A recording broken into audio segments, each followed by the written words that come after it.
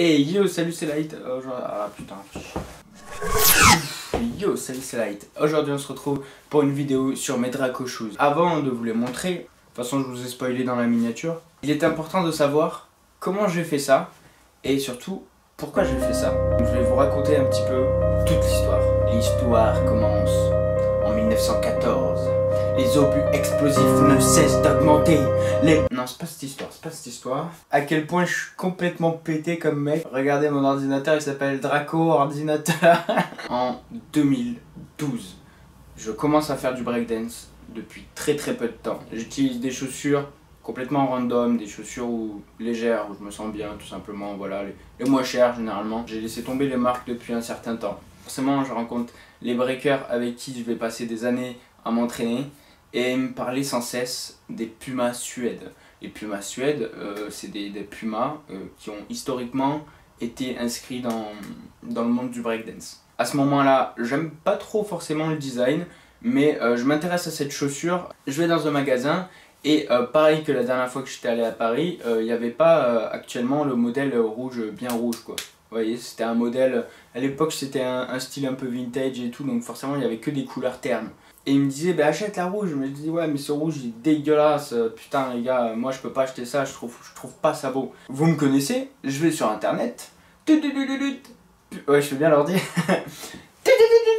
Puma Suède rouge, sur quoi je tombe? Sur ça. Alors là, par contre, quand j'ai vu ces chaussures-là, vraiment, mais vraiment, j'ai eu un coup de cœur ultime, le plus gros coup de cœur de toute ma vie. Il n'y en avait qu'une. Je vais voir dans le lien pour acheter le produit. C'était en rupture de stock. Et que ça fait plusieurs années d'ailleurs que la chaussure ne se fait plus. Moi je suis un petit peu... ah bon, ok. Donc là moi à ce moment-là j'étais vraiment dégoûté. Je me suis dit si c'est pas elle, c'est pas une autre. Parce que là vraiment les Pumas Suède c'est pas mon truc. Après il y avait les blanches et noires à la limite qui restaient sobres. Et de 2012 jusqu'à 2015 je tapais sur internet Puma Suède rouge pour voir si c'était réapprévisionné ou s'ils avaient fait une nouvelle collection. Eh bien non. Donc voilà, ça me saoulait. En 2015 du coup, ou 2016 je sais plus, j'avais arrêté de chercher sur internet, hein. L'espoir redescendait complètement. Je vais faire le magasin avec mes potes, on était allé pour le trampoline park à la base. On tombe sur un Puma Store je crois. Et dans ce Puma Store, il y avait des Puma Suède rouges. Elles étaient vraiment magnifiques, enfin moi je les trouvais magnifiques avant. Putain, un moustique de merde là, je te le jure. Toi. Ouais, c'est ça. Et avec tout ça, j'ai complètement oublié d'aller voir sur internet les nouveautés de Puma quoi. Du coup, ces Puma Suède rouge, je les ai cassés, je les ai usés très vite. Je vous expliquerai pourquoi si ça vous intéresse dans une autre vidéo où je parlerai que de chaussures. Dites-moi en commentaire si vous voulez que je fasse des tests de chaussures, etc. Pas que pour le break, pour le free running, pour plein de trucs comme ça. Si vous me suivez, ces Puma Suède rouge, dès qu'elles étaient usées, dès qu'elles étaient mortes par le break, et ben vous avez dû le voir dans mes vidéos, je suis allé en rechercher une autre paire. Et du coup après j'ai fait un unboxing et tout ça sur ma chaîne. C'était on va dire le premier épisode de Draco Shoes. Dès que mes chaussures rouges m'ont lâché, je suis allé voir sur internet. Je fais trop mal l'ordinateur, je sais. Et là bizarrement, je vois beaucoup plus de Puma Suède noir avec le trait rouge comme je kiffais. Et là je me suis dit, putain mais c'est fou. Et là je clique et je m'aperçois que pendant quelques mois de l'année dernière, il y avait eu une nouvelle collection de Puma. Et que dans cette collection de Puma, il y avait les Puma de mes rêves. Moi j'apprends ça. Bah déjà premièrement je me dis super, putain il faut que je me la procure. Putain il n'y en a plus sur le site de Puma. Il n'y en a plus sur le site de Puma, c'est pas grave. J'achète sur un site chinois random. Je me suis fait arnaquer de 150 balles. Je vous promets que c'est vrai. Il y a plein de petits sites internet qui proposent, tu peux te dire ouais ça vient de Chine donc c'est normal tu vois, qui proposent plein de Puma de plein de styles différents, naninana, mais en fait il faut savoir que c'est des images que eux-mêmes chopent sur internet pour créer des faux sites internet. Enfin bref, moi je me suis fait arnaquer. Je contacte Puma. Voilà, moi il y a cette chaussure là, c'est vraiment mon rêve, ça fait des années je la veux. Et voilà, j'ai vu votre nouvelle collection, alliez plus dans votre nouvelle collection. Moi c'est vraiment cette chaussure là que je veux, c'est la Puma Suède noire avec le trait rouge sur le côté. C'est vraiment mon kiff et tout ça. Et ils me disent quoi? Nous sommes désolés, nous ne faisons plus ce produit, allez voir sur notre site. Non mais sans déconner, Puma, vous croyez que j'étais pas allé voir sur votre site en premier? Je pensais qu'ils auraient peut-être pris la peine d'aller voir s'ils avaient pas dans des stocks bien profonds, dans des collections un petit peu cachées dans leur garage Puma, tu vois, pour voir s'ils avaient pas ça, pour voilà, et après ils m'auraient dit ah, je suis désolé, on n'a pas trouvé votre modèle, pourtant on a bien recherché tout ça. Et ben non, pas du tout, ils m'envoient juste vers leur site comme ça random, alors que pour moi c'était vraiment un gros kiff d'avoir ces chaussures. Là je pète un plomb, je me dis merde, je me suis fait arnaquer de 150 €, j'ai pas les chaussures que je veux au final, j'ai rien reçu. Puma eux-mêmes me disent que c'est bon, c'est fini, ils font plus ces chaussures. Je suis allé voir sur internet, elles étaient encore trouvables, mais en taille 43, 44, 47, enfin des tailles de ouf que moi j'ai pas. Là je me dis ok, on part sur le projet, chaussures parfaites. On va les customiser comme on veut, on va rajouter des semelles, tout ce qu'on veut. Même si je dois moi-même les coudre, je le ferai. J'avais vraiment besoin d'une chaussure. Dans la vie de tous les jours, faire du sport, que le design me plaise énormément, que ce soit sobre, discret, mais qu'il y ait une petite touche, vous voyez, de rouge, qui fasse que c'est moi. On m'a conseillé beaucoup de choses, on m'a conseillé des gazelles, on m'a conseillé des Vans, pas pour leur côté break, mais surtout pour leur côté semelle. Je fais du trekking, donc des acrobaties, et les chocs sur les pieds c'est vraiment quelque chose de très fréquent, donc il me fallait une chaussure qui amortisse bien.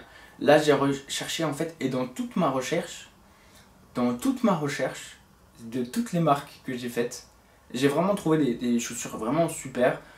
Les Air Max j'aimerais beaucoup tester, enfin voilà, il y a beaucoup de chaussures que j'aimerais tester, mais je suis revenu en fait à la fondamentale, à la Puma Suède. Je vous promets que j'ai fait beaucoup de recherches et qu'au final j'en suis revenu à la chaussure qui m'avait saoulé. En plus la Puma, c'est la pire chaussure en fait qu'il faut choisir en termes de customisation. Il faut savoir que d'autres grandes marques, je ne vais pas les citer, mais ils ont tous leur site où tu peux choisir ton modèle de chaussure. Tu peux la customiser, tu mets les couleurs que tu veux, tu peux même mettre des motifs, des photos sur tes chaussures quoi. Mais Puma ne propose plus ça. Donc impossible par le biais d'internet de créer ces chaussures. J'avoue que je suis allé sur les sites concurrents pour faire des tests de ma chaussure et tout, voilà. Je me suis dit ah tiens, avec la marque Adidas ça donnerait ça, avec Vans ça donnerait ça, voilà. Il y en a même, ils proposent d'écrire ton prénom ou ce que tu veux sur la semelle quoi. Moi je me suis éclaté à écrire Dracolite. Bref, à ce moment là, je me dis ok, comment customiser une chaussure? Ok, quel design tu veux? Avant d'acheter quoi que ce soit, j'ai vu vraiment plein de modèles de chaussures. J'ai vu plein de marques différentes, il y a eu un énorme travail de recherche. Je pensais même aux habits que j'avais déjà sur moi. Et je me suis dit, ok, avec quoi ça pourrait se marier? Pourquoi ça marcherait pas, nanana. Et dans toutes ces recherches, je suis retombé sur le modèle de base que j'avais au début choisi. À chaque fois, je revenais à ce modèle. Mais dans ce modèle, il y avait quelques petits trucs qui me dérangeaient. Déjà, il y avait la languette. La languette, c'est la languette Puma verte. Alors que sur la collection qui a été faite en 2015, que moi j'ai loupé, la languette elle était rouge et noire. C'était vraiment super génial. À ce moment-là, je prends mon fidèle smartphone, je vais sur YouTube, je tape comment custom des Puma Suède. Et je découvre un univers de customisation sur internet, en anglais principalement. J'ai découvert même deux youtubeurs carrément spécialisés dans la customisation de chaussures qui créent eux-mêmes leurs chaussures. C'est vraiment très impressionnant. C'est des artistes, ils sont super doués. Je crois, si j'ai pas la flemme, je vais vous mettre la lien de leur chaîne. Voilà, tout va bien. Je me suis renseigné du coup sur plein de produits, comment ça se passe. Est-ce qu'il faut teindre une chaussure? Est-ce qu'il faut la peindre? Avec quoi? Quel matériel il faut? Combien ça coûte? Et voilà, qu'est-ce qu'on peut faire et qu'est-ce qu'on peut pas faire avec cette customisation? Et la meilleure solution qui s'offrait à moi, c'était la peinture, mais pas de la peinture normale, de la peinture de professionnel. Je me suis rendu compte du coup que la customisation n'avait que très peu de limites en fait, et que à partir du moment où on avait la chaussure de base, on pouvait en faire ce qu'on voulait. Il y avait même des gens qui avaient une chaussure toute blanche par exemple et qui la transformaient tout en noir, ou alors une chaussure toute noire et ils arrivaient à la mettre tout en rouge, etc. Donc c'était vraiment ouf, moi ça m'a scotché. Du coup je me suis dit on va partir sur la Puma de base, la noire et blanche. Je m'empresse d'aller à un magasin les acheter. Je commande également tous les produits professionnels de la gamme Angelus. Je vous mets le lien si vous voulez en description. En termes de customisation, c'est le truc le plus réputé. Je vais voir un professionnel des chaussures et c'est là que je me suis rendu compte que en termes de cordonnerie, en France, et bah, c'était tellement en train de couler que les experts, c'est plus du tout des experts. Je lui demande, est-ce que vous n'avez pas de la teinture, tout ça pour de la Suède? C'est du daim, voilà, c'est de la suédine, la matière des Pumas Suède. Oh mais bon. Qu'est-ce que ça va donner comme résultat? Ça, alors là... Parce que si vous touchez le noir, ça va changer la couleur du noir? Non, non. Mais c'est ici pour la bande, je sais pas comment ça, je sais pas si ça sera un rouge uniforme ou mais bon, ça sera. Ouais, c'est pas. Moi je vous autorise à essayer et si ça marche pas, c'est pas grave. La couture ne prendra pas quoi. Elle sera, on verra toujours la couture, hein, c'est sûr. Ça fait saumon. Alors là, non, on n'a pas de teinture. Je leur demande, est-ce que vous pouvez me commander cette teinture? On te la commande. Moi, je suis super patient. J'attends. À côté de ça, j'attends mon matériel de customisation. Je me dis, au cas où la teinture ne marche pas, j'ai toujours mes trucs de customisation à côté.